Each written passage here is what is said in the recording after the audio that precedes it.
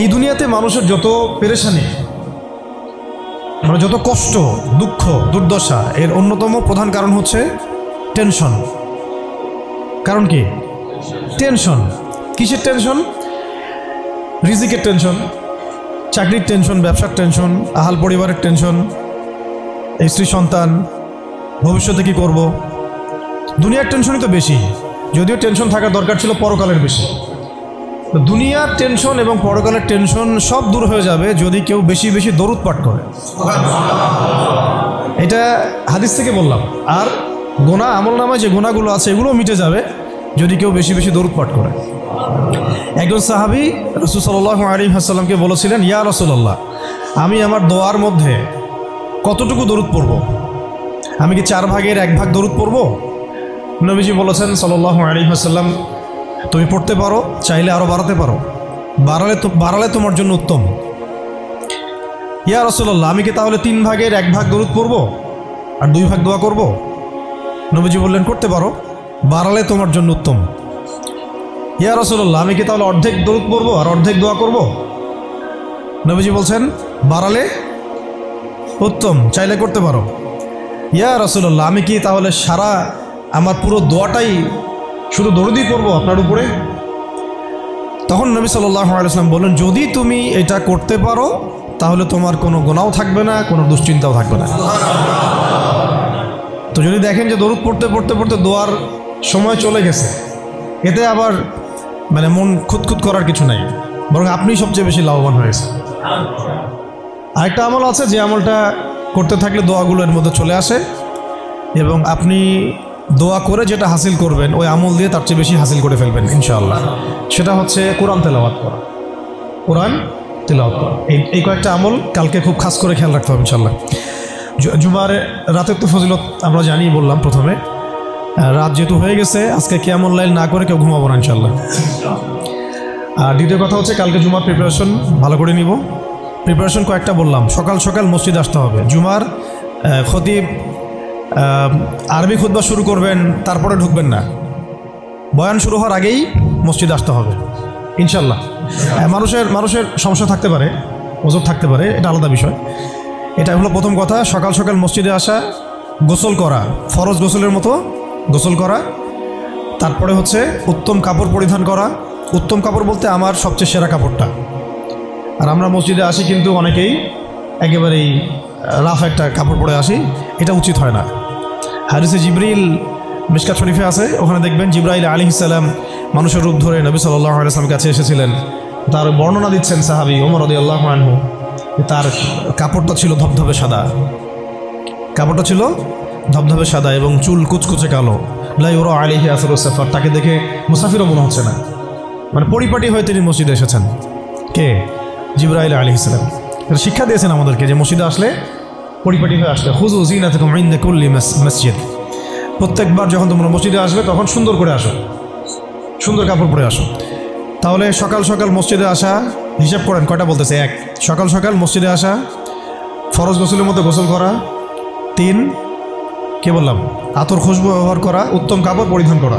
4টা। 5টা হচ্ছে ইমামের কাছাকাছি বসা, ইমামের কাছাকাছি বসার চেষ্টা করা। 6, খুতবা মনোযোগের সাথে শ্রবণ করা। খুতবা দুটোই, বয়ানটাও এবং আরবিটা দুটোই খুতবার অংশ। যেহেতু আমাদের দেশের মানুষ মানে আরবিটা বুঝে না, এই কারণে বাংলায় বয়ান করা হয়, কিন্তু খুতবা কিন্তু আরবিতেই, খুতবা কিন্তু আরবিতেই দিতে হয়। অনেকে আবার বলে যে মাতৃভাষাই খুতবা, এটি নিয়ে একটা ইখতিলাফ সৃষ্টি করে দেয়। এখন বলেন তো দেখি, সারা বিশ্বের মধ্যে কোন ভাষাটা সবচেয়ে বেশি বুঝে মানুষ? ইংরেজি। ঠিক বলছেন। কোন ভাষা সবচেয়ে বেশি বুঝে? তো এখন কি হজের খুতবাটা ইংরেজিতে দেওয়া লাগবে? হ্যাঁ, হজে যে বিভিন্ন জায়গা থেকে মানুষ আসে, এই যে কয়দিন আগে হয়ে গেল, হজের খুতবা হয় না? এখন যেহেতু সব ইন্টারন্যাশনাল ভাষা হচ্ছে ইংরেজি, তেমন কি হজের খুতবাটা ইংরেজিতে দেওয়া লাগবে?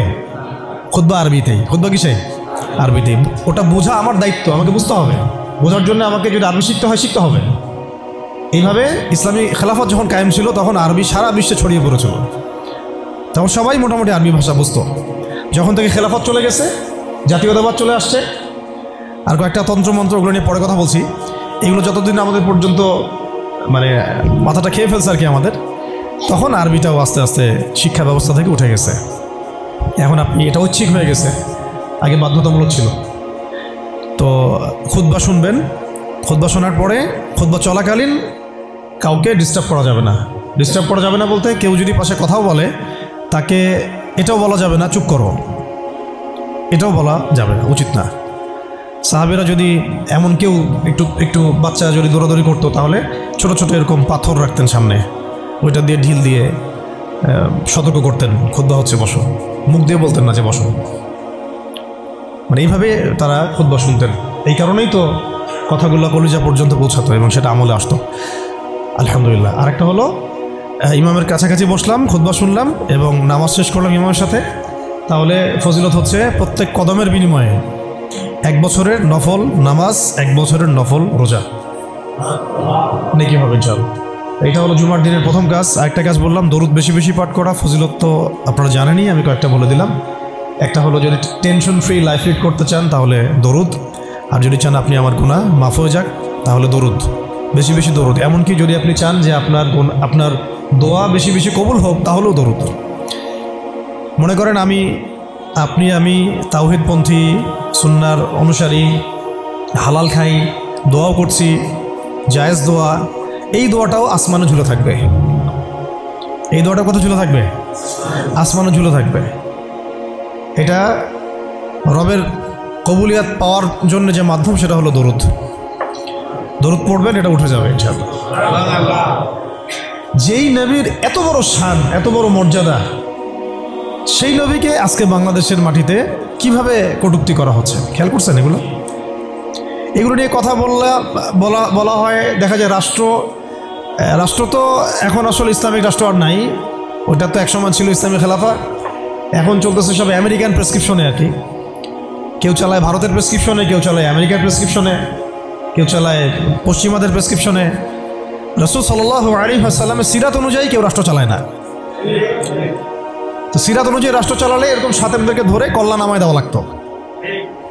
এখন দেধারসে দেখেন যেখানে সেখানে বাক স্বাধীনতার নামে যেই নবীর উপর দরুদ না পড়লে আপনার দোয়া পর্যন্ত কবুল হবে না, সেই নবীকে কিভাবে গালিগালাজ করা হচ্ছে। নাউযুবিল্লাহি মিন যালিক। কি করবেন? প্রতিবাদ করতে গেলে আমরা দেখলাম যে মামলা করা হলো, মামলার পরে সেই আইনের ধারাটাই বাতিল করে দেওয়া হলো। আইনের ওই ধারাই বাতিল করে দেওয়া হলো। কি আইন! নিজের স্বার্থে যখন তখন করাও যায়, আবার বাতিলও করা যায়। এই জন্যই তো আমরা বলি মানবরচিত আইনগুলো হচ্ছে তাগুত। মানবরচিত আইনগুলো কি? তাগুত মানে কি? তাগুত মানে শয়তান। তাগুত মানে কি? শয়তানের একটা ভার্সন, মানে আপগ্রেডেড ভার্সন হচ্ছে তাগুত। প্রোম্যাক্স তাগুত, শয়তান প্রোম্যাক্স, এটা হচ্ছে তাগুত। তো আল্লাহর আইন বাদ দিয়ে যখন মানুষ নিজের আইন রচনা করে তখন এরকম অবস্থা হয়। যে আইন রাসূলের শানে কটূক্তিকারীর বিচার করতে পারে না, সেই আইন আপনাকে সমাজে শান্তি দিবে, ইনসাফ দিবে? এই জিনিসটা আমাদের বুঝে আসতেছে না। এখন আমরা ঘুরে ফিরে আবার সেই ওই তন্ত্র মন্ত্রের পিছনে ছুটতেছি। এখনও শরিয়া ইমারা খেলাফতের কথা আমরা বুঝতে পারতেছি না। তবে বুঝি আর না বুঝি ইনশাল্লাহ সামনে এটা কায়েম হবেই। এটা নিয়ে কোনো সন্দেহ নাই, লা শাক্কা ফি, কোনো সন্দেহ নাই, এটা সামনে কায়েম হচ্ছেই, এটা কেউ ঠেকাতে পারবে না। তো যাই হোক, আরেকটা আমল ছিল জুমার দিন, সেটা হচ্ছে সূরাতুল কাহাফ তেলাওয়াত করা। কোন সূরা? সূরা কাহাফ কোনোভাবেই ছাড়বেন না। এটা আমি মানে জোর দিয়ে এই কারণে বলছি, সূরা কাহাফ যারা নিয়মিত পড়ে, অন্তত প্রত্যেক জুমায় পড়ে, তাদের কলবের চোখ খুলে যাবে।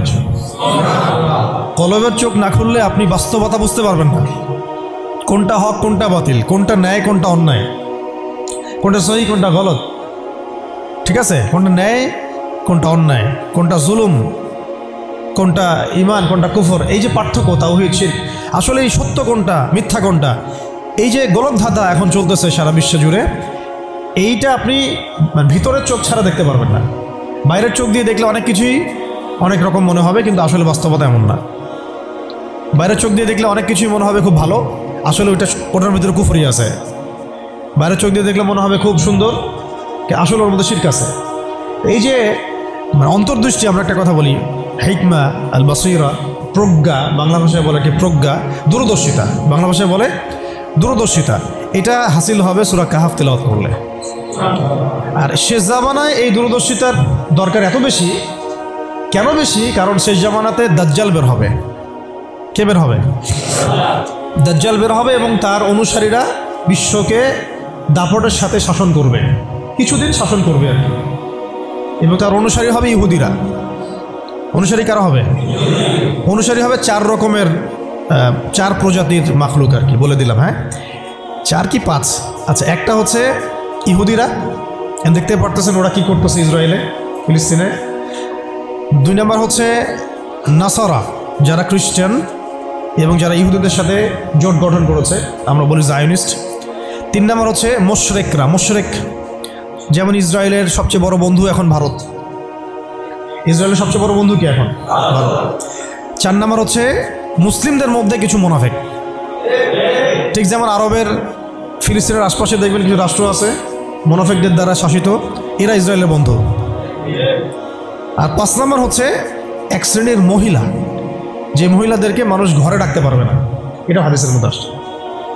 এই 4টা-5টা শ্রেণী দাজ্জালকে অনুসরণ করবে এবং ওই সময় সারা বিশ্বটার মধ্যে সে এমনভাবে ফিতনা ফাসাদ সৃষ্টি করবে, অনেক ইমানদারও ধোঁকা খেয়ে যাবে। ওই ফিতনা থেকে বাঁচার জন্যে আপনাকে সূরা কাহাফ তেলাওয়াত করতে হবে, যেটা নবী সাল্লাল্লাহু আলাইহি ওয়াসাল্লাম বলেছেন যে ব্যক্তি সূরা কাহাফ তেলাওয়াত করবে জুমার দিনে, বা প্রথম 10টা আয়াত মুখস্থ করবে, প্রথম 10টা আয়াত মুখস্থ করবে, আল্লাহ পাক তার জীবদ্দশায় যদি দাজ্জাল বেরো হয়, আল্লাহ পাক তাকে হেফাজত করবে ইনশাআল্লাহ। এই আমলগুলো জুমার দিন ছাড়া ঠিক হবে না কোনোভাবেই। তো প্রতি সপ্তাহে আমলগুলো জারি থাকবে ইনশাআল্লাহ। আল্লাহ পাক সবাইকে করার তৌফিক দান করেন। তো আজকে আমি লম্বা আলোচনা করার সময় পাচ্ছি না, ইনশাআল্লাহ আপনাদের সাথে আবার দেখা হবে ইনশাআল্লাহ। কোনো একদিন দিনের বেলা এসে লম্বা সময় দেওয়ার চেষ্টা করবো ইনশাআল্লাহ।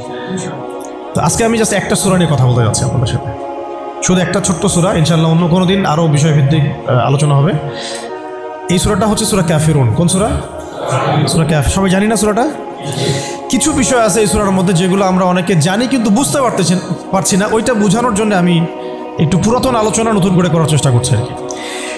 তার আগে একটা ফজিলত বলি যে সূরা কাফিরুন যে ব্যক্তি রাতের বেলা তেলাওয়াত করবে, ঘুমানোর আগে তেলাওয়াত করবে আর কি, আল্লাহ রাব্বুল আলামিন তাকে শিরকের পাপ থেকে হেফাজত করবেন। মনে রাখবেন যে জাহান্নামে যাবে সবচেয়ে বেশি মানুষ শিরকের পাপের কারণে। কোন পাপের কারণে? শিরকের পাপের কারণে। এবং শিরকের পাপ এমন পাপ যেই পাপটা আল্লাহ রাব্বুল আলামিন ক্ষমা করেন না, ওই অবস্থায় মারা গেলে ক্ষমা করেন না।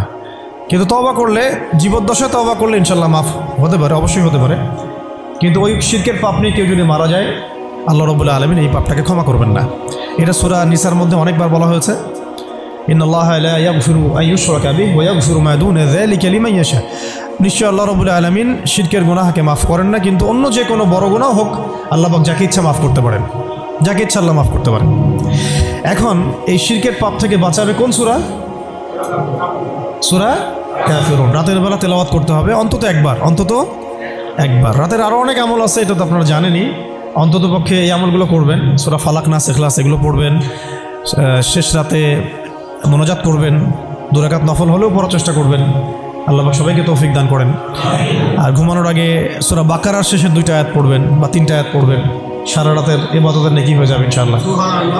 33 বার সুবহানাল্লাহ পড়বেন, 33 বার আলহামদুলিল্লাহ পড়বেন, 34 বার আল্লাহু আকবার পড়বেন। এছাড়াও তো আছে আল্লাহুম্মা বিইসমিকা আমুতু আহইয়া। এছাড়াও আরও অনেক দোয়া আছে, কয়েকটা বললাম। সূরা মুলক তেলাওয়াত করতে পারেন যদি সময় হয়, এবং করা উচিত, কারণ সূরা মুলকের তেলাওয়াত কবরের আযাব থেকে বাঁচাবে ইনশাআল্লাহ। এগুলো আমল করবেন। আমলটা বাড়ানোর চেষ্টা করতে হবে এই কারণে যে যার আমল বেশি তার মধ্যে নূর বেশি, আল্লাহ পাকের মারিফত বেশি, তার মধ্যে দ্বীনের ফিকিরও বেশি থাকবে এবং তার দোয়াও বেশি কবুল হবে ইনশাআল্লাহ।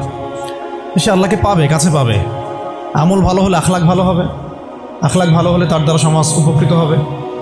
এবং আমরা খেয়াল করে দেখেছি সিরাতের কিতাবগুলোতে সাহাবায়ে কেরাম জিহাদের মাঠেও মেসওয়াক ছাড়তেন না, জিহাদের মাঠেও মেসওয়াক ছাড়তেন না। মানে আমলে তারা গুরুত্ব দিতেন, খুব বেশি আমলের প্রতিযোগিতা করতেন, কে কত বেশি আমল করতে পারে।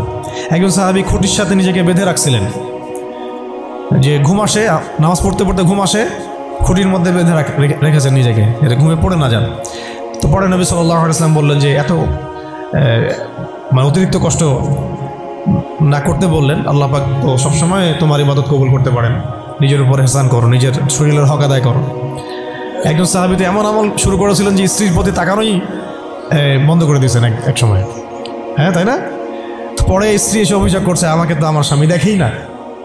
তখন নবী সাল্লাল্লাহু আলাইহি ওয়াসাল্লাম ডেকে বললেন যে দেখো, স্ত্রীর হক আছে তোমার উপরে, তার হক আদায় করো, সেটাও সুন্নাত, এটাও ইবাদত। তো এইভাবে সাহাবাইরা আমলের প্রতিযোগিতা করতে। তো আমাদেরকে আমলের মধ্যে ব্যালেন্স করতে হবে, আমলে ব্যালেন্স করতে হবে, মানে একদিকে ঝুঁকে যাওয়া না, সব আমলগুলো যেন আমার আমলের মধ্যে থাকে, এটা ব্যালেন্স করতে হবে। শুধু তসবি দানা নিয়ে পড়ে থাকবো, জিহাদের কথা বলবো না, এটাও আবার না। আবার শুধু জিহাদের কথাই বলবো, দিন কায়েমের কথাই বলবো, নিজের ইবাদত আমল ঠিক থাকবে না, এমনও না। মানে সব কিছু ব্যালেন্স থাকতে হবে, আকীদা, আমল, সুন্নার ইত্তেবা সব ব্যালেন্স থাকবে। সবচেয়ে জরুরি দুইটা বিষয়ে আমরা মাথায় রাখবো, একটা হলো ইবাদত, একটা হচ্ছে দিন কায়েম। একটা হলো ইবাদত, একটা হলো দিন কায়েম।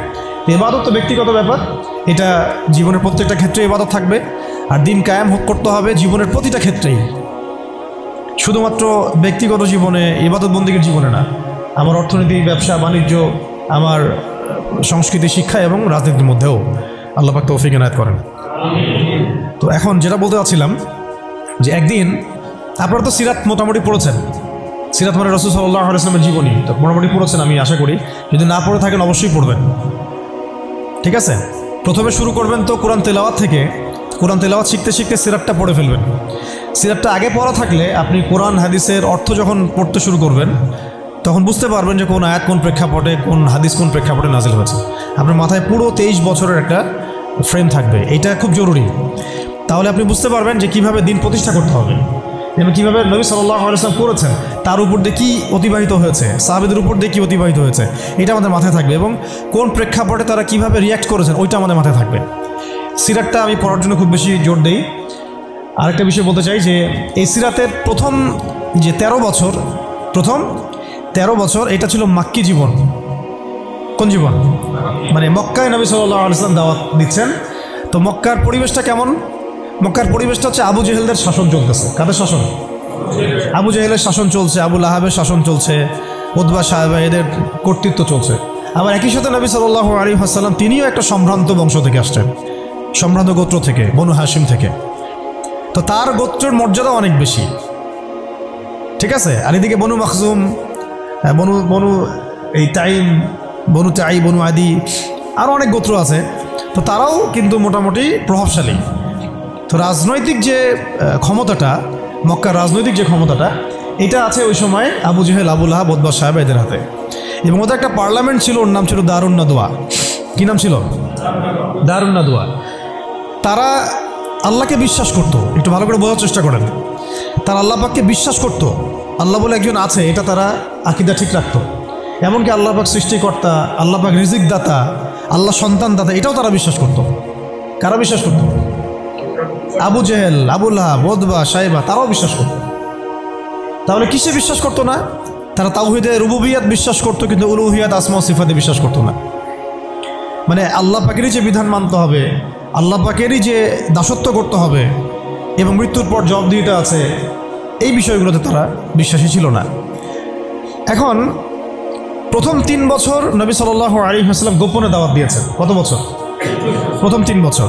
আর চতুর্থ বছর থেকে প্রকাশ্যে দাওয়াত শুরু হয়েছে। মক্কার কত বছর মোট? 13 বছর। এই সময় তো ইসলামী রাষ্ট্র কায়েম হয় নাই, হয়েছে? দাওয়াত হয়েছে, খালি দাওয়াত। কোন পরিবেশে দাওয়াত বলবো? আবু জেহেলের যে রাজত্ব, ওর মধ্যে দাওয়াত হয়েছে। মনে করেন যে আপনি এখন আছেন মোদির রাজত্বে, মনে করেন। তো ওই রকম একটা পরিবেশে যদি ইসলাম আসে, ওইটা একটা মক্কার মিসাল হইতে পারে, যে ওইটা একটা মক্কার মতো পরিবেশ। ওইখানে আপনি দাওয়াত, সবাই অমুসলিম, সবাই মূর্তি পূজারী, সবাই মুশরিক, ওখানে আপনি ইসলামের দাওয়াত দিচ্ছেন। পরিস্থিতি কত কঠিন! কঠিন না সহজ? অনেক কঠিন। শুধু যে শিরক আছে তা না, ওই সমাজে সুদও আছে। কি আছে ওই সময়? সুদ আছে। ওই সমাজের মধ্যে জেনা আছে, ওই সময় ব্যভিচার আছে, ওই সময় মাদক দ্রব্য আছে, মেয়েদের অবমাননা আছে, কন্যা সন্তানকে জীবন্ত দাফন করা হয়, তারপরে জুয়া আছে, মারামারি, হানাহানি, কাটাকাটি, গোত্রে গোত্রে দ্বন্দ্ব, এগুলো একটা সমাজের মধ্যে। একটু চিন্তা করেন, কল্পনা করেন। আপনার এই এলাকা কি এমন? আপনার এলাকা কি এমন? না। কিন্তু ওই বিষয়গুলোর কিছু কিছু বিষয় তো অবশ্যই এখনও আছেই। বরং এমন কিছু বিষয় আছে যেগুলো আগের চেয়ে বেশি আছে। কারণ আইয়ামে জাহিলিয়াতের যে কথাটা বলছি, আইয়ামে জাহিলিয়াতে কিন্তু সমকামিতা ছিল না এত বেশি। এটা আপনার পুরো বাংলাদেশে এখন সমকামিতা আইয়ামে জাহিলিয়াতে যে বেশি।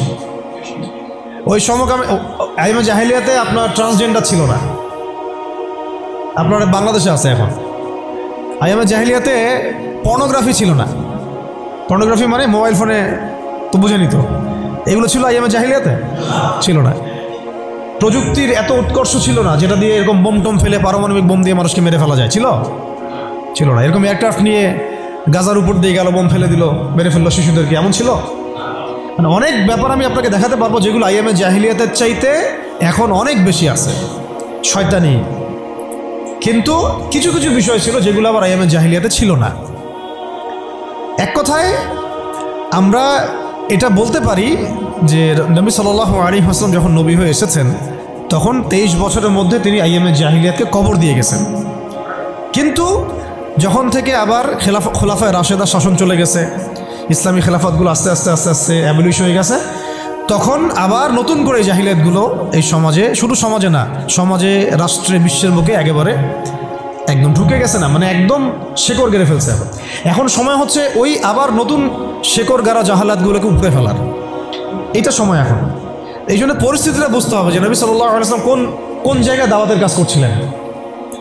চোখ বন্ধ করে চিন্তা করেন যে একটা সমাজের মধ্যে খালি মূর্তি, সবাই মূর্তি পূজা করে, সবাই সুদ খায়, ধরেন সবাই বেশিরভাগই দেখা যায় জেনা করে, মেয়েদের তেমন কোনো বৈবাহিক অধিকার নাই, সম্পত্তির অধিকার নাই, বাচ্চাকে কবর দিয়ে দিচ্ছে জীবন্ত, মদ খাচ্ছে মানুষ, জুয়া খেলতেছে, মারামারি করছে, ইত্যাদি ইত্যাদি ইত্যাদি।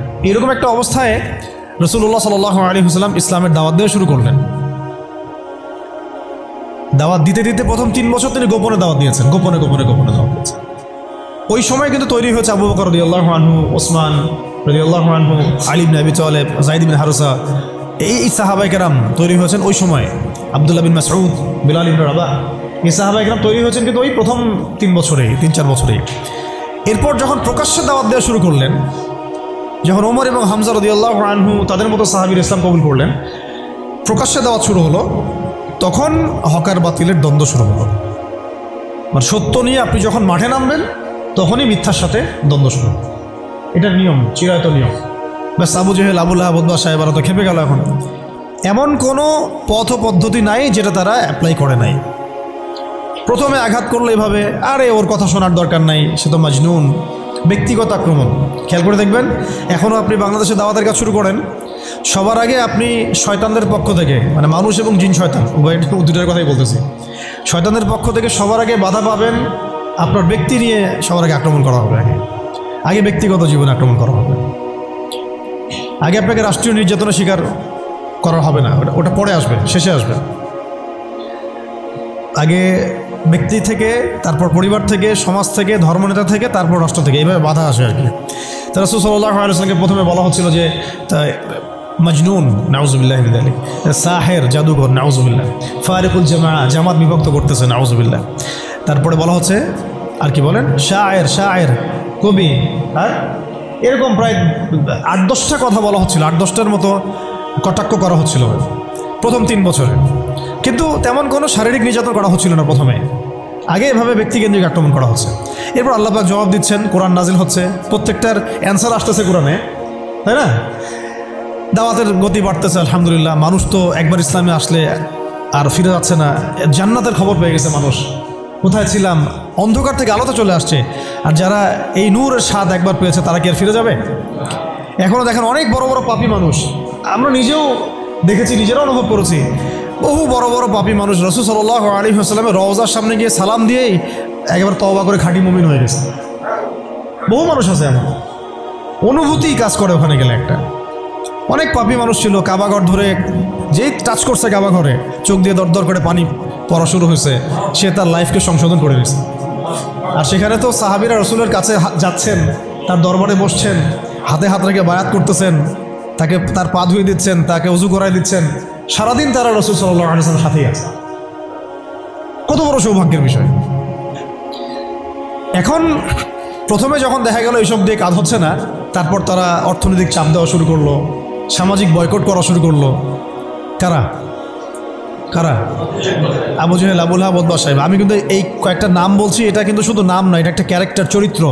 আজকের বিশ্ব আবু জেহেল আছে, আবু লাহাব আছে, উতবা সাহেবরা আছে না? সেম পদ্ধতি তারাও কিন্তু অবলম্বন করতেছে ইসলামকে দমন করার জন্য। সেম সেম, এটা মিলাই নেবেন আপনারা সিরাত থেকে। এবার শুনেন, অর্থনৈতিক চাপ দিয়ে কোনো কাজ হচ্ছে না, ব্যক্তিগত আক্রমণ করে কাজ হচ্ছে না, শারীরিক নির্যাতন করেও কাজ হচ্ছে না। সাহাবীদেরকে মেরে ফেলা হচ্ছে, সুমাইয়া রাদিয়াল্লাহু আনহাকে মেরে ফেলা হয়েছে না, শহীদ করা হয়েছে। তারপরে ইয়াসির রাদিয়াল্লাহু আনহুকে শহীদ করা হয়েছে মক্কায়। এরকম সাহাবীদেরকে নির্মম নির্যাতন করা হচ্ছে। বেলাল রাদিয়াল্লাহু আনহুকে পিটানো হচ্ছে, উসমান রাদিয়াল্লাহু আনহুকে পর্যন্ত মারা হয়েছে, আবু বকর রাদিয়াল্লাহু আনহুকে উতবা মেরেছে একদিন, লাআনাহুল্লাহ। তো এখন শারীরিক নির্যাতন করে কোনো কাজ হচ্ছে না, ঈমান থেকে সরানো যাচ্ছে না, অর্থনৈতিক বয়কট করে কাজ হচ্ছে না। 3 বছর বয়কট করে দিল বনু হাশেমকে, মনে আছে আপনাদের? গাছের ছালপাতা খেয়ে তারা থাকলেন শিয়াবে আবু তলেবে। 3 বছর বয়কট, সমাজ থেকে বয়কট, গালিগালাজ করে কোনো কাজ হচ্ছে না, এমনকি জীবন কেড়ে নিয়েও, জান নিয়েও কোনো কাজ হচ্ছে না। এই আন্দোলন, এই লা ইলাহা ইল্লাল্লাহ মুহাম্মাদুর রাসূলুল্লাহ বিপ্লবী কালিমাকে থামানো যাচ্ছে না। কোন পরিবেশে? আমাদের মতো অনুকূল পরিবেশে না, মনে করেন ভারতের মতো প্রতিকূল পরিবেশে। মনে করেন, বোঝানোর জন্য বললাম যে একটা গভর্নমেন্ট আছে, সে চরমভাবে ইসলাম বিদ্বেষী, সে তার গুন্ডা পান্ডা দিয়ে মুসলিমদেরকে পিটাচ্ছে আর মারতেছে এখন যেখানে সেখানে, দেখতেছেন না? রাষ্ট্রীয়ভাবে মুসলিম দমন হচ্ছে। একটা তো হলো রাষ্ট্রীয়ভাবে না, মানে অরাজনৈতিকভাবে কেউ ইসলামের বিরোধিতা করতেছে, সেটা আলাদা ব্যাপার। একটা হচ্ছে রাষ্ট্রীয়ভাবে ইসলামকে দমন করা হচ্ছে। কোথায়? ভারতে, সবাই জানি। তো রাষ্ট্রীয়ভাবে দেখেন গাজ্জাকে আজকে ধ্বংসস্তূপে পরিণত করা হলো বৈশ্বিকভাবে। জাতিসংঘের প্রত্যক্ষ মদত এগুলো হয়েছে, আমেরিকার প্রত্যক্ষ সহযোগিতা এগুলো হয়েছে, পশ্চিমাদের প্রত্যক্ষ মদত এগুলো হয়েছে। এখন কথা হচ্ছে, আপনাকে পরিস্থিতিটা বুঝতে হবে যে আবু জেহেল, আবু লাহাবদের অবস্থা কেমন ছিল, ওই সমাজটার অবস্থা কেমন ছিল। প্রতিকূল পরিবেশে দাওয়াতের কাজ করা হচ্ছে, তারা একটার পর একটা অস্ত্র প্রয়োগ করছে, কিন্তু কোনো অবস্থাতেই মুসলমানদেরকে থামানো যাচ্ছে না। তাদের সংখ্যা কি বাড়ছে না কমছে? মুসলিমদের সংখ্যা বাড়ছে না কমছে? আবার বলেন, মুসলিমদের সংখ্যা কি বাড়ছে না কমছে? বাড়ছে আর বাড়ছে আর বাড়ছে, দিন দিন বাড়ছে। কত নির্যাতন হচ্ছে, শারীরিকভাবে মারা হচ্ছে, অর্থনৈতিক নিষেধাজ্ঞা দেওয়া হচ্ছে, সমাজ থেকে বয়কট করা হচ্ছে, তারপর সম্পত্তি থেকে বঞ্চিত করা হচ্ছে, বাবা ছেলেকে তাড়াই দিচ্ছে, মা ছেলেকে তাড়াই দিচ্ছে। কি একটা অবস্থা! অবস্থা কি ভাবতে পারছেন কেমন জটিল অবস্থা? এত কিছু করেও যখন কোনো কাজ হলো না, তখন Abu Jahl, Abu Lahab, Utba সাহেবারা একটা নতুন ফর্মুলা নিয়ে আসলো। এখন তারা নতুন একটা ফর্মুলা নিয়ে আসছে। এই ফর্মুলাটার নাম হচ্ছে আপোষকামিতা বা সন্ধি করা। এটার নাম কি? আপনারা খেয়াল করে দেখবেন, আমি একটু বলে নেই 1 মিনিট। ওই আইয়ামে জাহিলিয়াতে যে জাহালাতগুলো আপনি দেখছেন, শিরকের জাহালাত, সুদের জাহালাত, রিবা, তারপরে মাদক, তারপরে জেনা, ব্যভিচার, গোত্রীয় হানাহানি, সব আপনি এখনকার বিশ্বে দেখতে পারবেন। এবং ওই দারুন নাদওয়া যেটা ছিল কাফেরদের পার্লামেন্ট, এটার মতো করে কাজ করতেছে এখন সারা বিশ্বে জাতিসংঘ। আমি একদম খোলামেলা বলে দিলাম, এর চেয়ে খোলামেলা আপনাকে আমি বুঝাই বলতে পারবো না। এবং সেই জাতিসংঘটার কাজই হচ্ছে সারা বিশ্বে মুসলিমদেরকে আস্তে আস্তে ডমিনেট করা এবং কাফেরদের দৌরত্বটাকে প্রতিষ্ঠা করা। তাদের প্রত্যক্ষ মদদে, পশ্চিমাদের প্রত্যক্ষ মদদে ইসরায়েল এই জায়গায় আসছে আজকে। সেই জায়গায় আসতে পারতো না যদি তাকে এভাবে সহযোগিতা করা না হতো। এবং তার সাথে সঙ্গ দিয়েছে, বললাম, ইহুদিদের সাথে সঙ্গ দিয়েছে নাসারা, এই মুশরিকরা, আরবের মুনাফিকরা, আর এই যে আমাদের তো নামধারী কিছু সেকুলার আছেই, রামবাম, তথাকথিত সুশীল, প্রগতিশীল, এগুলো তো আছে। এরা সবাই মিলেই এই এজেন্ডাটা বাস্তবায়ন করছে। কি এজেন্ডা? তারা চায় পুরো বিশ্ব থেকে মুসলমানদেরকে মিটাই ফেলতে। এটা খালাস, শেষ কথা এখানে শেষ। তারা চায় পুরো বিশ্ব থেকে মুসলমানদেরকে সরাই ফেলতে। ইউরিদুনা, তারা কি চায়? আল্লাহ পাক বলেছেন, ইউরিদুনা লিইউতফিউ নূর আল্লাহ। তারা চায় আল্লাহ পাকের নূর, মানে আল্লাহর যে আলো, মানে ইসলাম, এই দ্বীন ইসলাম, এটাকে মুখের ফুৎকারে নিভাই ফেলতে চায় তারা।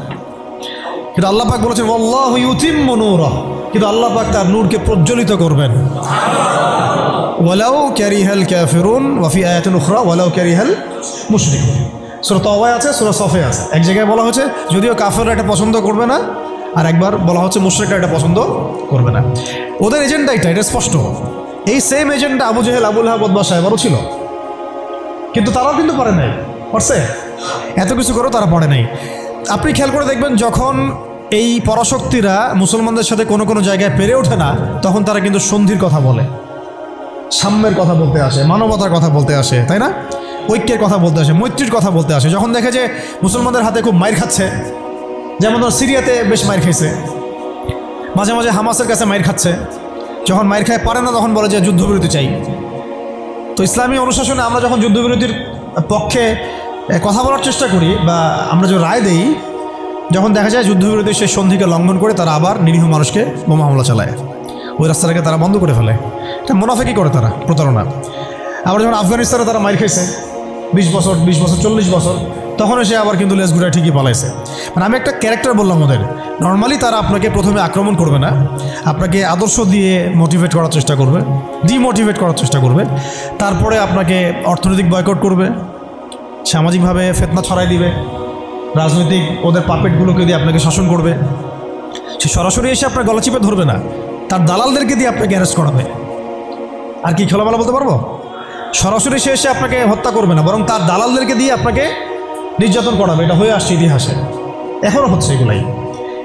কিন্তু যখন দেখা যাবে মুসলিমরা খুবই শক্ত অবস্থায় আছে ইমানের দিক থেকে, কোনো অবস্থায় টলানো যাচ্ছে না, ঠিক যেমন সাহাবীদের মতো, তখন তারা নতুন একটা ফর্মুলা নিয়ে আসবে।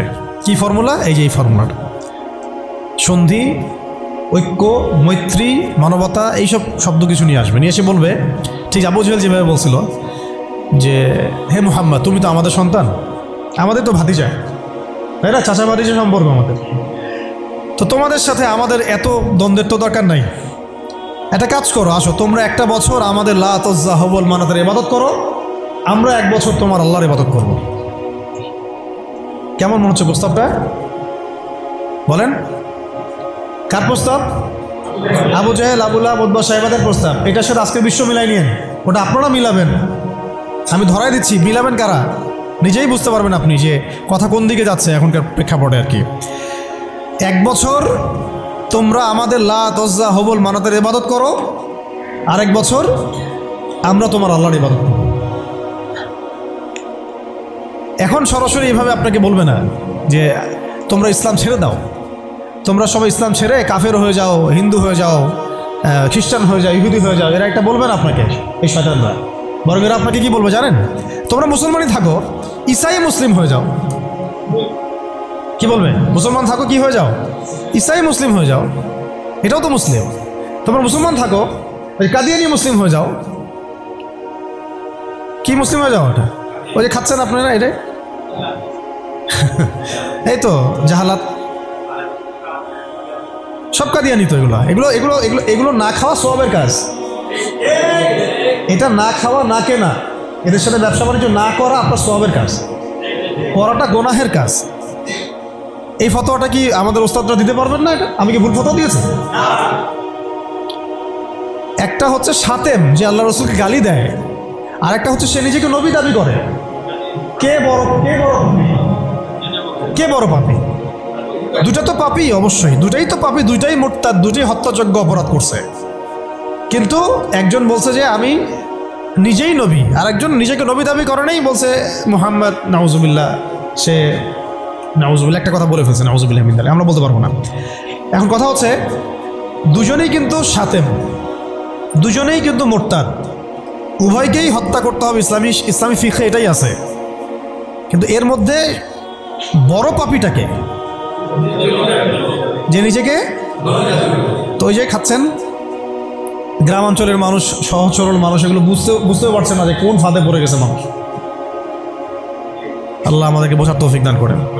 আর তারা এই নীরবে নীরবে নীরবে তাদের শিকড়টাকে শক্ত করেছে, অর্থনৈতিক ভিত্তি শক্ত করেছে, তাদের জনবল বাড়াইছে, বিভিন্ন জায়গায় তারা জায়গাটাকে কিনে ফেলছে। এমনও সাতক্ষীরের মধ্যে একটা আমরা গ্রামে গিয়েছিলাম যেখানে ওদেরই সংখ্যা বেশি, মুসলমানদেরকে তারা ওই দোকান ভাড়া দিচ্ছে। আমরা তো আসি ওই যে হাত বাঁধবো কোথায়, তাই না, এই যে এগুলো নিয়ে। আর এদিকে যে কি অবস্থা ভিতরে, যে মানে আমাদের কি অবস্থা, এটা এটা এটা বোঝার জন্য সূরা কাহাফ তেলাওয়াত করেন, তাহলে বুঝতে পারবেন ইনশাআল্লাহ। তা আমি বলছিলাম যে ওটা অন্য প্রসঙ্গ, এটা নিয়ে আপনারা খতমে নবুয়ত একটা বিভাগই আছে মার্কাজুদ দাওয়ায়, খতমে নবুয়ত বিভাগ আছে একটা। ওই খতমে নবুয়তের অনেক কিতাব, অনেক আর্টিকেলস সব ছাপানো হয়ে গেছে। এগুলো আপনারা পড়লেই বুঝতে পারবেন কত বড় ধোঁকাবাজি, কত বড় প্রতারণা। এটা নিয়ে ইনশাল্লাহ আরেকদিন কথা বলবো ইনশাল্লাহ, ঠিক আছে? তবে এদের সাথে কোনো রকম সম্পর্ক রাখবেন না, কোনো রকম না। এটা আপনি ইমানের দাবি। আমি বলছি না যে আপনি অস্ত্র নিয়ে আপনি গিয়ে তাকে গর্দান নামায় দেন, এটা আপনি করতে পারবেন না। এটা আপনি করার মতো এখন আপনার ক্ষমতা নাই। যদি এটা ইসলামিক রাষ্ট্র হতো তাহলে আমরা এটার ব্যবস্থা নিতে পারতাম। এটা ইসলামিক রাষ্ট্র নয়, এটা একটা গণতান্ত্রিক রাষ্ট্র, সেকুলার রাষ্ট্র এবং জাতীয়তাবাদী রাষ্ট্র, এবং এই মতবাদগুলো ইসলামের সাথে সাংঘর্ষিক। ঘোরায় পেঁচায় খাওয়ানোরও কোনো সুযোগ নেই। এই মতবাদগুলো দিয়ে আপনি ইসলামী শরিয়া রাষ্ট্র কায়েম করতে পারবেন না, শেষ কথা। এটা চেষ্টা করে দেখে নেন, পারবেন না, কেউ পারে না আজ পর্যন্ত। এখন মূল যেটা কথা ছিল যে ওরা বলেছিল কি 1 বছর ইবাদত করো লাতজ্জা হবল মানাতের আমাদের মূর্তিগুলার, আমরা 1 বছর তোমার আল্লাহর ইবাদত করবো, ঠিক আছে? এখনকার আবু জাহেল, আবুল আহাব বা সাহেবেরা বলছে তোমাদের ধর্ম চেঞ্জ করার দরকার নাই, তোমরা ইসাই মুসলিম হয়ে যাও, তোমরা কাদিয়ানি মুসলিম হয়ে যাও। ওর নাম দিচ্ছে আহমদিয়া মুসলিম জামাত। তোমরা ধর্ম চেঞ্জ করার দরকার নাই, তোমরা আমাদের সুদভিত্তিক অর্থনীতিটা গ্রহণ করো। কি সুদের বিরুদ্ধে বললে অনেকে একটু খারাপ লাগে না? তোমরা ধর্ম চেঞ্জ করার দরকার নাই, লা ইলাহা ইল্লাল্লাহ পড়ো, মুহাম্মদ রাসূলুল্লাহ পড়ো, নামাজ পড়ো, হজ করো, উমরা করো, যাকাত দাও, কোনো সমস্যা নাই, কিন্তু আমাদের সুদভিত্তিক ব্যাংকিং সিস্টেমটা নাও। মানুষ নিয়েছে, প্রত্যেকটা মুসলিম কান্ট্রির মধ্যে এখন সুদভিত্তিক ব্যাংকিং সিস্টেম আছে। বুঝতে পারছি আমি কথা? তোমাদের ধর্ম চেঞ্জ করার দরকার নাই, তোমরা সমকামিতাটাকে প্রমোট করো। তোমরা মুসলমান থাকো, মুহাম্মদের উম্মত থাকো সাল্লাল্লাহু আলাইহি ওয়াসাল্লাম, সমকামিতাটাকে প্রমোট করো। এই যে প্রমোট করছে আমাদের ছাত্র ভাইরাও তো প্রমোট করছে, যারা কয়দিন আগে করলেন, রাস্তায় নেমে আন্দোলন করলেন। আপনাদের কাছে এটা আমরা আশা করি নাই। এই জন্য তো আবু সাইদ রক্ত দেয় নাই। আপনারা যদি গাদ্দারি করেন তাহলে এই প্রজন্ম আপনাদেরকেও ছাড়বে না। সমকামিতা প্রমোট করছেন ঘুরাই ফিরায়, আবার অনলাইনে দেখলাম শাতিমের পক্ষও নিচ্ছেন, শাতিমের পক্ষ নিয়েও কথাবার্তা বলছেন, আবার ভিতরে ট্রান্সজেন্ডারটাকে প্রমোট করছেন, ট্রান্সজেন্ডার। তো ওরা বলছে পশ্চিমারা, এখনকার আবু জাহেল, আবুল আহাব বা সাহেবারা বলছে যে ধর্ম চেঞ্জ করার দরকার নাই, ট্রান্সজেন্ডার তোমরা প্রমোট করো। ট্রান্সজেন্ডার কি? বাহিরে অন্ডকোষ আছে, মন নাকি মেয়ে করে। আর কি খোলামেলা বলবো? এটা এখন আস্তে আস্তে লিগালাইজ হয়ে যাচ্ছে, দিন দিন নর্মাল হয়ে যাচ্ছে, নর্মালাইজ হয়ে যাচ্ছে এগুলা। যেমন সুদ আগে ছিল, মানুষ খাইলে একটু করতো, আরে আমি সুদখোর, মানুষ আমি সুদখোর বলবে, আস্তে আস্তে কমন হয়ে গেল, সবাই খাওয়া শুরু করলো, এটা নর্মাল হয়ে গেল। এখন ট্রান্সজেন্ডার দেখবেন কেউ ট্রান্সজেন্ডার হচ্ছে, তাই না? এটাকে মানুষ নিন্দার চোখে দেখছে। আল্লাহ না করুক দেখবেন কয়েকদিন পরে দেখবেন এটাও নর্মাল হয়ে গেছে। আল্লাহ না করুক। তো ওরা এগুলো বলে যে ধর্ম চেঞ্জ করার দরকার নাই, তুমি এগুলো নাও, আমাদের পলিসিগুলো নাও, ধর্ম চেঞ্জ করার দরকার নেই। তুমি আমাদের সিকিউরিটি সিস্টেম নাও। এটা দিয়ে কি করবে সে? পুরো মুসলিম ওয়ার্ল্ডে কোথায় কি হচ্ছে ও ঘরে বসে দেখতে পারবে। কে? এই যুগের আবু জাহেল, আবুল আহাব, উতবা, সাইবারা, এরা কোথায় থাকে? এটা আপনার চোখের আড়ালে থাকে। তারা চোখের আড়ালে কি আছে ওটা ধরতে হলে কোন সূরা লাগবে? সূরা কাহাফ। কোন সূরা লাগবে? হ্যাঁ, ধর্ম চেঞ্জ করার দরকার নেই, তোমরা আমাদের গণতন্ত্র নাও। কি নাও? বাস নিচ্ছে মুসলমানরা। ধর্ম চেঞ্জ করার দরকার নেই, তোমরা আমাদের জাতীয়তাবাদ নাও। মুসলমান জাতীয়তাবাদ নিয়ে নিছে। ধর্ম চেঞ্জ করার দরকার নেই, তোমরা আমাদের সেকুলারিজম মতবাদটা নাও। মানুষ নিয়েছে। ধর্ম চেঞ্জ করতে হবে না, তোমরা মুহাম্মদের উম্মত থাকো সাল্লাল্লাহু আলাইহি ওয়াসাল্লাম, তোমরা আমাদের কমিউনিজম নাও, সমাজতন্ত্র নাও। মানুষ নিয়েছে। এইভাবে এখনকার যুগের আবু জাহেল, আবুল আহাবরা আমাদেরকে ওই প্রস্তাবের মধ্যে নিয়ে আসছে। আমরা ওই সময় তো সাহাবায়ে কেরাম জবাব দেওয়ার আগে আল্লাহ পাক জবাব দিয়ে দিয়েছেন, আর সেই জবাব তো কোরআনে মওজুদ আছে। আমরা এই যুগের আবু জাহেল, আবুল আহাবদেরকে ওই জবাবটা দিতে পারি নাই, যে জবাবটা আল্লাহ পাক কোরআনে দিয়েছেন। আল্লাহ পাক কি বলেছেন এই প্রস্তাবের পরে? আল্লাহ পাক বলেছেন, কুল, হে নবী আপনি বলেন, ইয়া আইয়ুহাল কাফিরুন, হে কাফেররা শুনো ভালো, লা আ'বুদু মা তা'বুদুন, আমি তার ইবাদত করি না যার ইবাদত তোমরা করো। আমি তার ইবাদত করি না যার ইবাদত তোমরা করো। ওয়ালা আনতুম আবিদুন মা আ'বুদ, তোমরা তার ইবাদতকারী নও যার ইবাদত আমি করি। ওয়ালা আনা আবিদুন মা আবাদতুম, এবং আমি তার ইবাদতকারী নই যার ইবাদত তোমরা করো। ওয়ালা আনতুম আবিদুনা মা আ'বুদ, এবং তোমরাও তার ইবাদতকারী হবে না যার ইবাদতকারী আমি। এখানে আয়াতকে রিপিট করা হয় নাই, বরং এটাকে একটাতে আপনার বর্তমান কালকে বোঝানো হয়েছে, একটাকে ভবিষ্যৎ বোঝানো হয়েছে। কিয়ামত পর্যন্ত মুসলমান মন্দিরে যাবে না, আর মন্দিরে যে যায় লোক সে এই মসজিদ আসবে না, আসলে ধর্ম চেঞ্জ করে আসতে হবে। লাকুম দীনুকুম ওয়ালিয়া দীন, তোমাদের দিন তোমাদের জন্যে, আমার দিন আমার জন্য। তো এই জবটা আমরা এখনকার বিশ্বকে দিতে পারি নাই। ভালো করে খেয়াল করে দেখছেন, এইভাবে সূরাগুলোকে মিলাতে হবে। ওরা এখন আপনাকে বলছে না সরাসরি যে আপনি ধর্ম চেঞ্জ করেন, আপনি অমুসলিম হয়ে যান, কাফের হয়ে যান, মোরতাদ হয়ে যান, এগুলো তারা বলবে না। তারা বরং বলবে আপনাকে আমাদের সুদটা নাও, আমাদের সংস্কৃতি নাও, আমাদের শিক্ষা ব্যবস্থা নাও, আমাদের রাজনৈতিক সিস্টেমগুলো নাও, আমাদের গণতন্ত্র নাও, আমাদের ধর্মনিরপেক্ষতাবাদ নাও, আমাদের কমিউনিজম নাও, আমাদের জাতীয়তাবাদ নাও, আমাদের ট্রান্সজেন্ডার নাও, আর কি বলবেন, আমাদের সিকিউরিটি সিস্টেম নাও, আমাদের প্রযুক্তি নাও, আমাদের মিডিয়া নাও, এগুলো নাও। ধর্ম চেঞ্জ করার দরকার নাই, কাদিয়ানি হও, ইসাই মুসলিম হও, কিন্তু লা ইলাহা ইল্লাল্লাহ ওটাও পড়ো। এই যুগের লা তাযাহুবুল মানাতরা আরও বেশি ভয়ঙ্কর, এই যুগের আবু জেহেল আবুল হাব উতবা সাহেবরা আরও বেশি ভয়ঙ্কর ওই যুগের আবু জেহেল আবুল হাবদের চাইতে। আর ওই যুগের সাহাবায়ে কেরাম যে ভাষায় উত্তর দিয়েছিলেন, এই যে কোরআনের ভাষায়, লাকুম দীনুকুম ওয়ালিয়া দীন, কিয়ামত পর্যন্ত না তোমরা আমাদের দিনের অনুসারী হবা, আর না আমরা তোমাদের দিনের অনুসারী হব। তোমাদের সাথে আমাদের এইসব আদর্শিক কোনো ঐক্য হতে পারে না, আদর্শিক কোনো ঐক্য হতে পারে না। হ্যাঁ, ব্যবসা বাণিজ্য হতে পারে, কি হতে পারে, ব্যবসা বাণিজ্য হতে পারে, মুআমালাত মুআশারাত হতে পারে, প্রতিবেশী হিসেবে থাকতে পারে, অনেক কিছু আছে। কিন্তু আদর্শিক যেখানে, ইসলাম যেখানে প্রশ্নবিদ্ধ, ইসলামের মৌলিক বিষয় যেখানে ক্ষতিগ্রস্ত হবে বা বাধাপ্রাপ্ত হয়, এরকম কোনো উসুলে তোমার আমার কখনো ঐক্য হতে পারে না। এখন যে কথাগুলো আমি বললাম, এগুলো কি ইসলামের মৌলিক বিষয় না? কেউ যদি ট্রান্সজেন্ডার হয়ে যায় সে কি আর মুসলিম থাকবে? কেউ যদি কাদিয়ানি হয় সে কি আর মুসলিম থাকে? কেউ যদি ইসাই মুসলিম হয় মুসলিম থাকবে? কেউ যদি চরম সুদখোর হয়, সে তো আল্লাহর সাথে যুদ্ধ করতেছে, রাসূলের সাথে যুদ্ধ করতেছে, সে কীভাবে মুসলিম হতে পারে? কেউ যদি এরকম পশ্চিমা তন্ত্রমন্ত্রের পূজা করে, সে কি আর মুসলিম থাকতেছে নাকি? ফাসেক হয়ে যাচ্ছে। এখন কথা হচ্ছে, এই সূরা থেকে আমাদের এই শিক্ষাগুলো নিতে হবে যে আজকের বিশ্বেও, আজকের এই জামানাতেও কোনো অবস্থাতেই এই কাফের, মুশরিক, মুরতাদ, মুনাফিক এবং এই জায়নিস্ট শক্তির এরকম কোনো তন্ত্রমন্ত্রের ফাঁদে আমাদেরকে পা দেওয়া যাবে না। কেন দেওয়া যাবে না? কারণ আল্লাহ রাব্বুল আলামিন আমাদেরকে পরিপূর্ণ শরিয়া দিয়েছেন, পরিপূর্ণ কোরআন দিয়েছেন, সুন্নাহ দিয়েছেন, প্রত্যেকটা বিষয়ের পুঙ্খানুপুঙ্খ সমাধান দিয়েছেন। আমার অন্য কারো কাছ থেকে সমাধান ধার করারও কোনো দরকার নেই। আমাদের ব্যক্তিগত জীবনের হেদায়েত কোরআন সুন্নাহে মওজুদ আছে, পারিবারিক হেদায়েত আছে, সামাজিক আছে, শিক্ষা ব্যবস্থার আছে, সংস্কৃতির আছে, রাষ্ট্রীয় এবং রাজনৈতিক হেদায়েতও আছে। আমাকে তোমার কাছ থেকে তন্ত্রমন্ত্র ধার করতে হবে না। এই বিষয়টা আমাদের খুব ভালো করে বুঝতে হবে, কোন ক্ষেত্রে কি হেদায়েত আছে, এইটার জন্য আমাদেরকে পড়াশোনা করতে হবে, দেখতে হবে, জানতে হবে, খুঁজতে হবে, ওলামায়ে কেরামের সাথে মাশওয়ারা করতে হবে। আর কোনো জায়গায় যদি দেখেন যে কোনো আলেমও এগুলোতে প্রভাবিত হয়ে গেছে, তাহলে আপনি হকপন্থী আলেম খুঁজে বের করবেন। এইভাবে আমাদেরকে সামনের পথটা চলতে হবে। এই সূরার পর একটা সূরা আছে, কি নাম? সূরা নাসর। কোন সূরা? তাই না? সূরা নাসর না? এই শেষ করে দেই, একটু অনেক দেরি হয়ে গেছে। এখন যখন কোন প্রেক্ষাপটে সূরা কাফিরুন নাজিল হয়েছিল আপনাকে তো বলছি একবার, ওই রকম প্রেক্ষাপটে এই সূরা নাজিল হয়েছে। আর এখন তো আমরা আছি ইসলাম বান্ধব পরিবেশের মধ্যে, তাহলে আমরা কেন এই যুগের আবুল হাব, আবু জেহেল, উতবা সাহেবাদের এই তন্ত্রমন্ত্রগুলোর অনুসারী হব, ওদের ধোকায় পা দিব? যেখানে ওর ইসলামকে আক্রমণ করবে আমরা কেন সেখানে সায় দিব?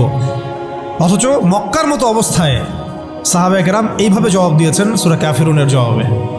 আর এখন তো আমার সামনে নামাজের পরিবেশ আছে, যাকাতের পরিবেশ আছে, আমরা মুসলিম সংখ্যাগরিষ্ঠ, আমরা সবাই লা ইলাহা ইল্লাল্লাহ বুঝি, আলহামদুলিল্লাহ আমরা নামাজ পড়ছি, তিলাওয়াত করছি, অনুকূল পরিবেশ আছে। এখন কেন আমাকে এই যুগের আবু জেহেল, আবুল হাবদের দাসত্ব করতে হবে বলেন? কোনো যুক্তি আছে? যুক্তি তো নাই, কোনো কারণও নাই। কারণ নাই। এই সূরার পরেই আল্লাহ পাক বলেছেন, ইযা জাআ নাসরুল্লাহি ওয়াল ফাth, যখন আল্লাহর সাহায্য আর বিজয় আসবে। মানে ওই রকম প্রতিকূল অবস্থাতেই বিজয়ের সুসংবাদ দিয়ে দেওয়া হয়েছে। যে এই অবস্থা চিরকাল থাকবে না তো, এইটা তোমরা সবর করে এটা উতরায় উঠো, এখানে ইমানের পরীক্ষাটা দাও, পাশ করো। ইযা জাআ নাসরুল্লাহি ওয়াল ফাতহ, সামনেই আসতেছে তোমাদের জন্য বিজয়। এটা সূরা সফেও আছে, ওয়া উখরা তুহিব্বুনাহা নাসরুম মিনাল্লাহি ওয়া ফাতহুন করিব ওয়া বাশশিরিল মুমিনিন। আর তোমরা যেটা পছন্দ করো দুনিয়ার, তোমরা দুনিয়াবি বিজয় অর্জন করবা, সেটাও সামনে আসতেছে। ফাতহুন করিব, আল্লাহ বলেছেন করিব, নিকটে আসবে এটা। ওয়া বাশশিরিল মুমিনিন ওয়া রাআইতান নাস ইয়াদখুলুনা ফি দীনিল্লাহি আফওয়াজা, একটা সময় আসবে মানুষ দলে দলে আল্লাহর দ্বীনে ঢুকতে থাকবে। তখন আল্লাহ পাক বলেছেন ফাসাব্বিহ বিহামদি রাব্বিকা ওয়াস্তাগফির ইন্নাহু কানা তাওয়াবা। এবং যখন এই বিজয়টা আসবে, তখন এই Abu Jahl, Abu Lahab, Utba, শায়বা এদের অস্তিত্ব কি হবে? তাব্বাত ইয়াদা আবি লাহাবি ওয়া তাব। আবু লাহাবের হাতও ধ্বংস হবে, সে নিজেও ধ্বংস হবে। মিলাতে পারছেন সিকোয়েন্সটা? এইভাবে আসছে বিষয়টা। যখন এই বিজয় আসবে তখন এই সব আবু লাহাব ধ্বংস হয়ে যাবে। আবু লাহাব এখানে শুধু একজন ব্যক্তি নয়, আবু লাহাব এখানে একটা রূপকথা, একটা উপমাও বটে। প্রত্যেক যুগে যুগে আবু লাহাব থাকবে। এই যুগের আবু লাহাব কারা জানেন? যারা সুদ ভিত্তিক এই ব্যাংকিং সিস্টেমের এই হত্যাকর্তা, এরা হচ্ছে এই যুগের আবু লাহাব। মা আগনা আনহু মালুহু ওয়া মা কাসাব, তাদের এইসব হারাম মাল কোনো কাজে আসবে না, এবং তারা যেটা অর্জন করেছে সেটা কোনো কাজে আসবে না। সায়াসলা নারান যাতা লাহাব, আগুনে প্রবেশ করবে তারা। ওয়া ইমরাতুহু, এবং তার স্ত্রীও। এখানে স্ত্রী মানে শুধু স্ত্রী না, স্ত্রী মানে কিন্তু সহযোগী। স্ত্রী মানে কি? সহযোগী। এরা কিন্তু একা কাজ করে না, আমি বললাম না একজনের সহযোগী। ইহুদিদের সহযোগী নাসারারা। আমেরিকা ছাড়া ইসরায়েল চলতে পারে নাকি? আমেরিকা ছাড়া ইসরায়েল চলতে পারবে? আমরা তো এতই সুশীল মার্কা প্রতিবাদ করি অনেকে, যে ইসরায়েলের বিরুদ্ধে কথা বলি, এদিকে আবার আমেরিকাকে খুশি রাখি। এ আবার কোন মুনাফিক? এটা আবার কোন মুনাফিক রে ভাই? সাপের মাথা তো আমেরিকা। ও তাকে অস্ত্র দেয়, সে তাকে প্রযুক্তি দেয়, সে তাকে সমরাস্ত্র দেয়, সে তাকে সাপোর্ট দেয়, সে তাকে মানে লাইসেন্স দেয় যে তুমি মারো, মুসলমানদেরকে মারো, জবাবদিহি করারও দরকার নাই বিশ্বের সামনে। তারা কি জবাবদিহি করে? আমরা মারছি, আমাদের খারাপ লাগছে বলছে? সে বলে যে প্রত্যেকটা বাচ্চাকে মেরে ফেলাবো আমরা। বাচ্চাকে কেন মারে জানেন? এটা শুনে রাখেন।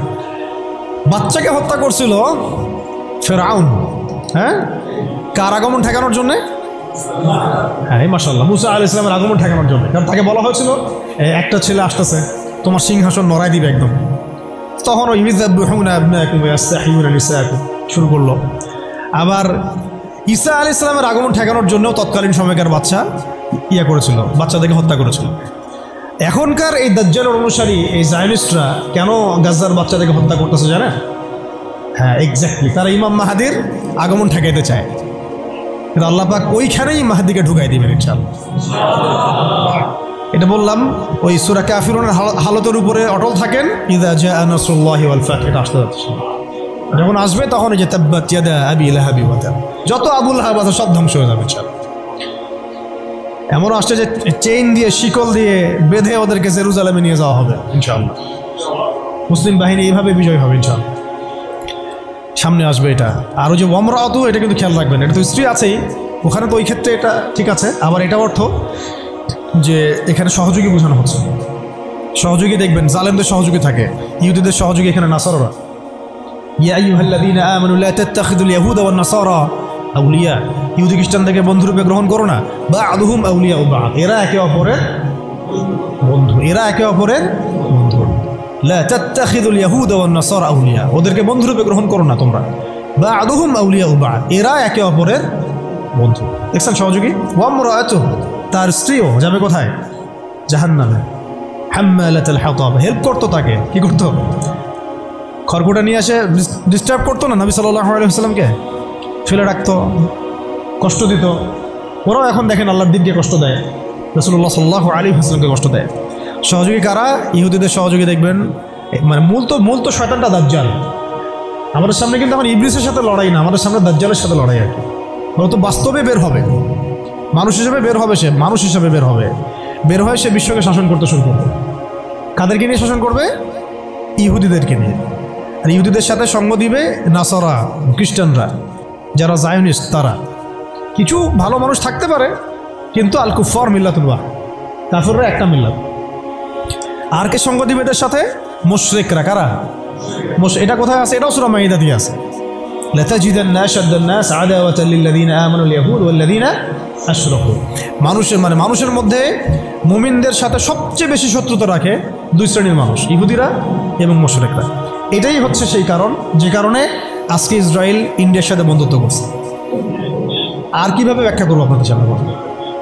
এটাই সেই কারণ যার কারণে আজকে ইসরায়েল এই ভারতের সাথে বন্ধুত্ব করছে। ও ভারত পুরো ইসরায়েলের প্রেসক্রিপশনেই চলে। যেভাবে গাজায় মুসলিম নিধন হচ্ছে, সেম পরিকল্পনা ওদের ভারতকে কেন্দ্র করে এখানে মুসলিম নিধন করার, এবং সেটা চলছেও, অলরেডি শুরু হয়ে গেছে। আর কাশ্মীরও তো আগে থেকে শুরু হয়েছিল, এখন রাষ্ট্রীয়ভাবে হচ্ছে, রাষ্ট্রীয় গুন্ডা বাহিনী দ্বারা হচ্ছে এগুলা। আর এদের প্রেসক্রিপশনে চলেছিল আমাদের বিগত ফ্যাসিস্টরা। কে কার সাথে রিলেটেড বুঝতে পারছেন? তাহলে আমাদেরকে কত রকম শত্রুর সাথে লড়তে হবে, ভিতরে শত্রু, বাহিরে শত্রু, বিশ্বে শত্রু, আবার ওইদিকে আছে ওদের সাথে পশ্চিমারা এবং আমেরিকা। তারপরে আছে আবার আরবের মোনাফিকরাও ওদের সাথে আঘাত করে ফেলছে। আর মুশরিকরা তো আছেই। আর বললাম এক শ্রেণীর নারী, রাম বাম, প্রগতিশীল, সুশীল, এরাও ওদের সাথে যোগ দিবে। তাহলে আপনার আমার লড়াইটা কত কঠিন। ওই যে সূরা কাফিরুনের ওই অবস্থায় টিকে থাকাটা কত কঠিন। লাকুম দীনুকুম ওয়ালিয়া দীন, কত কঠিন। ওই সিরাতের রাস্তা পাড়ি দেওয়া লাগবে, ওই সবর করতে হবে, মারও খাওয়া লাগতে পারে, জানও যাবে, হিজরতও করা লাগতে পারে। হিজরত করেছেন নবী সাল্লাল্লাহু আলাইহি ওয়াসাল্লাম। তারপরে ইসলামী রাষ্ট্র আল্লাহ পাক দিবেন ইনশাআল্লাহ। কিসের মাধ্যমে দিবেন? দাওয়াত, তাবলীগ এবং জিহাদের মাধ্যমে। দাওয়াত, তাবলীগ এবং জিহাদের মাধ্যমে, শুধু দাওয়াত আর তাবলীগের মাধ্যমে না, দাওয়াত, তাবলীগ এবং সাথে জিহাদও থাকতে হবে। তারপরে ইসলামী রাষ্ট্র ব্যবস্থা আসবে ইনশাআল্লাহ। এরপরে দেখেন কি বলা হলো, ওয়ামরাআতুহু, তার স্ত্রীও থাকবে। হাম্মালাতুল হাতাব ফি জিদিহা হাবলুম মিন মাসাদ। দেখেন ওর গলায় থাকবে জাহান্নামে ওই যে ছোবরা, রশি। মানে হেল্প করার কিছু উপকরণও ছিল, কিছু উপকরণ দিয়ে সে ইসলামের বিরোধিতা করত, দুশ্মনী করত। এখনও তারা অনেক উপকরণ বের করে ফেলছে ইসলামকে মানে ক্ষতিগ্রস্ত করার জন্য। এমনকি দেখেন কত নতুন নতুন প্রযুক্তি আসছে, এই প্রযুক্তিগুলো দিয়ে তারা ইসলামের ক্ষতি করতেছে। ভালো করে খেয়াল করে দেখেন, এমন অনেক প্রযুক্তি তারা বের করেছে, মিডিয়া বের করেছে, প্রযুক্তি বের করেছে, সিস্টেম বের করেছে, তন্ত্রমন্ত্র বের করেছে, মানে উপকরণ লাগে ইসলামকে ক্ষতিগ্রস্ত করার জন্য। আবুল আহাবের স্ত্রীও উপকরণ দিয়েই নবী সাল্লাল্লাহু আলাইহি ওয়াসাল্লামকে ক্ষতি করার চেষ্টা করছিল। আল্লাহ পাক আবার সেই উপকরণ তার গলায় ফাঁস লাগিয়ে তাকে মৃত্যু দিয়েছেন, মনে আছে? ওই গলার মধ্যে তার রশি আটকে ফাঁস লাগিয়ে সে মারা গেল। কে? আবুল আহাবের স্ত্রী।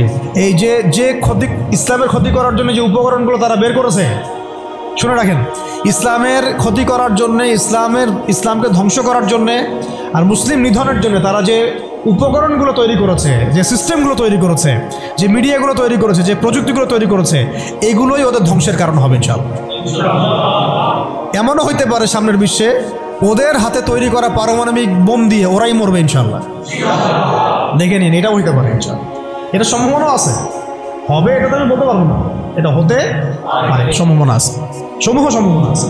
আল্লাহ পাক যেন এদের মধ্যে শত্রুতা লাগায় দেন, একে অপরকে দিয়ে ধ্বংস করায় দেন। আমি যেভাবে ওরা মুসলিমদেরকে ধ্বংস করার পায়তারা করেছে, এর চেয়ে 1000 গুণ বেশি ধ্বংস আল্লাহ পাক তাদেরকে করে নেন। আমরা দোয়া করবো কাদের জন্য? তাদের মনের মধ্যে ইসলামের জন্য সিম্প্যাথি আছে, সফট কর্নার আছে, ইসলামকে মন থেকে ভালোবাসে, এই ভাইদের জন্য আমরা দোয়া করবো। এই জন্য আমরা বাংলাদেশের এই সিস্টেমের মধ্যে ধরেন আর্মি, র্যাব, পুলিশ, বিজিবি, আমাদের পলিটিশিয়ান যারা বুঝে না বুঝে বিভিন্ন মানে জালেমের সহযোগীও হয়ে গেছে, আমরা সবার জন্যই দোয়া করি আল্লাহ পাক যেন তাদের সবার হৃদয়টাকে ঘুরায় দেন। তাদের মধ্যে অনেক মানুষ আছে যারা বুঝে না বুঝে হয়তো দুনিয়াবি কোনো স্বার্থে অন্যায়ের পথে চলে গেছে, বা বুঝে না, ইসলামটা বুঝে না, কিন্তু আবার ইসলামকে ভালোবাসে, আমরা এই ভাইদের জন্য দোয়া করতে পারি। এই জালেমদের জন্য আমরা কি দোয়া করতে পারি? অতএব ফি জিদিহা হাবলুম মিন মাসাদ, এটাও হবে, দেখে নিন। আর শেষ কথা কি, এটা কে করবেন? এই পুরো পরিকল্পনাটা কার? এই পুরো পরিকল্পনা হচ্ছে পরের সূরায় কুল হুয়াল্লাহু আহাদ। এটা এক আল্লাহর পরিকল্পনা। কোন আল্লাহ? আল্লাহুস সামাদ, যিনি কারো মুখাপেক্ষী না, তিনি আমাদেরও মুখাপেক্ষী না। এটা আল্লাহ করাবেন, আল্লাহর বান্দাদেরকে দিয়ে আল্লাহ করাবেন। কোন আল্লাহ? লাম ইয়ালিদ, যিনি কাউকে জন্ম দেন নাই, ওয়া লাম ইউলাদ, তাকেও কেউ জন্ম দেয় নাই, ওয়া লাম ইয়াকুল লাহু কুফুয়ান আহাদ, তার মতো সমতুল্য আর কেউ নাই। অতএব তোমরা যতই বাড়াবাড়ি করো, যতই তোমরা ইসলামের বিরুদ্ধাচরণ করো না কেন, ইসলামকে ধ্বংস করার চেষ্টা করো না কেন, সূরা কাফিরুন থেকে মক্কা বিজয় পর্যন্ত হালত আসবে ইনশাআল্লাহ। আর এখন যা চলতেছে এটাও ইনশাআল্লাহ আস্তে আস্তে পরিবর্তন হতে থাকবে এবং ইনশাআল্লাহ আমরা আবার বাইতুল মুকাদ্দাস জয় করবো ইনশাআল্লাহ। এই বিষয়ে কোনো সন্দেহ নাই যে সামনে ইসলামের বিজয় আসবে এবং মুসলিমদের সেই হারানো সেই গৌরব ঐতিহ্য আবার ফিরে আসবে। কিন্তু এইটা আপনার ঘরে বসে থাকলে রেডিমেড হাতে মান্না সালোয়ার মতো আসবে না। এটা মান্না সালোয়ার আসার যুগ না, এটা আবাবিল পাখি আসারও যুগ না। এখানে পাথর আপনাকেই ছুটতে হবে। আবাবিল পাখি এসে পাথর ছুটবে না, এটা পাথরটাকে ছুটতে হবে, আপনাকেই ছুটতে হবে। ব্যাস, আল্লাহ পাক শর্ত দিয়ে দিয়েছেন, ইন তানসুরুল্লাহ ইয়ানসুরকুম, তোমরা আল্লাহর দিনকে সাহায্য করো, আল্লাহ তোমাদেরকে সাহায্য করবেন। ওয়া ইউসাব্বিত আকদামাকুম, আল্লাহ তোমাদের পা শক্ত করে দিবেন। ওয়া ইন তাতাওয়াল্লাউ ইস্তাবদিল কওমান গায়রাকুম, তোমরা যদি মুখ ফিরে চলে যাও আল্লাহ পাকের কিছু যায় আসে না। আল্লাহুস সামাদ, আল্লাহ অন্য কওমকে হেদায়েত দিয়ে তোমাদের স্থলাভিষিক্ত করবেন। সুম্মা লা ইয়াকুনু আমসালাকুম, তারা তোমাদের মতো হবে না। ব্যাস, এই হলো মূল কথা। তাহলে আমরা চাচ্ছি আল্লাহর ইবাদত করতে, তার জমিনে তার দিনকে বিজয় করতে। তো এই বিজয় কি এমনি এমনি আসবে? কাজ করতে হবে তো নাকি? কয়েকটা কাজ আমরা করবো ইনশাল্লাহ, নিয়ত করতে পারি। প্রত্যেকেই দিনের ফরজ জ্ঞান অর্জন করবো ইনশাল্লাহ, ঠিক আছে ইনশাল্লাহ। শেষ রাত শুরু হয়ে গেছে, আল্লাহ পাক যেন তৌফিক দান, আমিন। এখন দোয়া কবুল হবে। প্রত্যেকেই দিনের ফরজ জ্ঞান অর্জন করবো ইনশাল্লাহ। আমল বাড়াই দিব ইনশাল্লাহ, হালাল হারাম মেনে চলবো ইনশাল্লাহ।